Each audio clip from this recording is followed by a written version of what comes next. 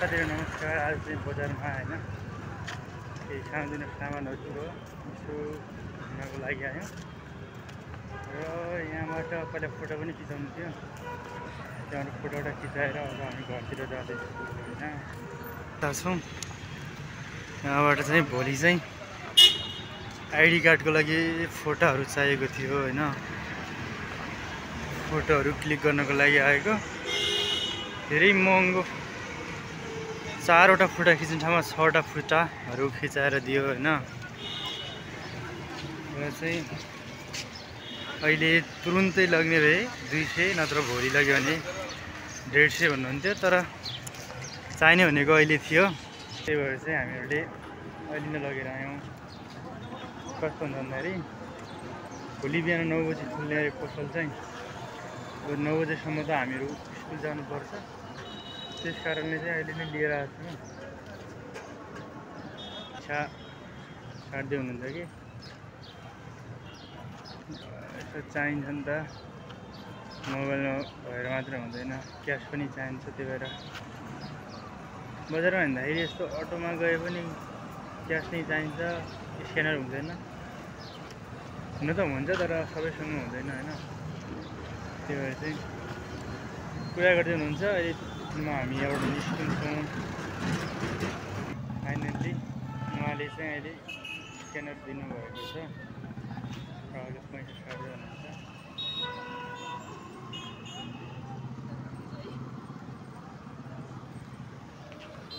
झ्याउ खाली 2-3वटा पसलमा गएर अहिले त्यो 1300 पसल होला सायद उहाँले चाहिँ दिनुभएको छ स्क्यानर हैन।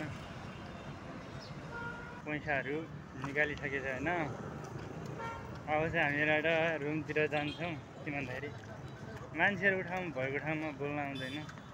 अब ठुलो युजरहरूको जसरी भिडियोहरू पनि बनाएको छैन। के दिनु हो हैन, युट्युबतिर छिरेको भनौँ।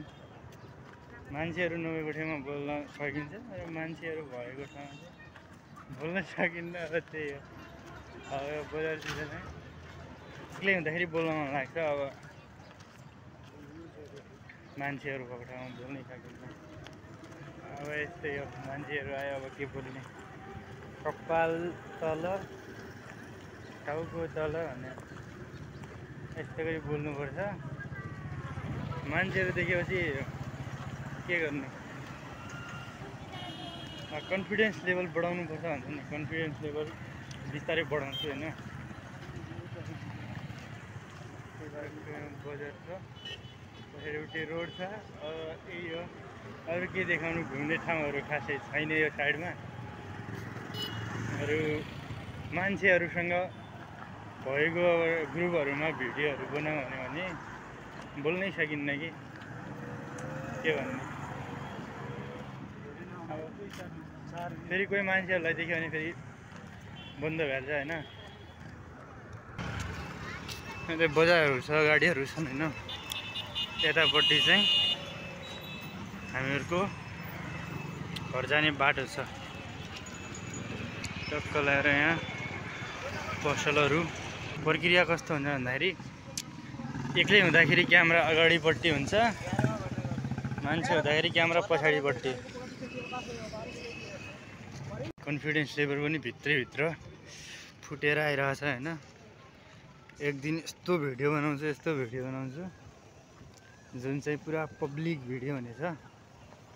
अहिले चाहिँ confidence level minus plus plus minus plus plus हुँदैछ। ल है त, त्यही हो साथीहरू। भिडियोहरू त्यति इम्पोर्टेन्ट पनि भएको छैन हैन। किन भन्दाखेरि बोल्नु पनि आउँदैन। र अब पब्लिक भिडियोजहरू बनाऊ, यानि कि मान्छेहरू भएको ठाउँमा भिडियो बनाऊ भने पनि कन्फिडेन्स लेभल छैन। भिडियो चाहिँ यहीँमा इन गरौँ। अब पछिल्लो भिडियोहरूमा चाहिँ अब खुलेर बोल्छु। भिडियोबाट चाहिँ बिदा लिन्छु। हस् बाई बाई। अन्तिममा जाँदा चाहिँ सब्सक्राइब, लाइक, कमेन्ट गर्न चाहिँ नभुल्नु होला। सब्सक्राइबहरू पनि थोरै छ। भिडियोहरू यदि यो भिडियोमा केही लाइकहरू मिल्यो भने पछिल्लो पटक पनि अब भिडियोहरू बनाउने मौका मिल्नेछ अथवा मोटिभेट हुनेछु आफैले पनि। भिडियो बनाउनुको लागि मोटिभेट पनि चाहिन्छ अनि कन्फिडेन्स लेभल पनि हुनुपर्छ होइन। त्यही भएर चाहिँ यहाँ फेरि मान्छे आए। By by.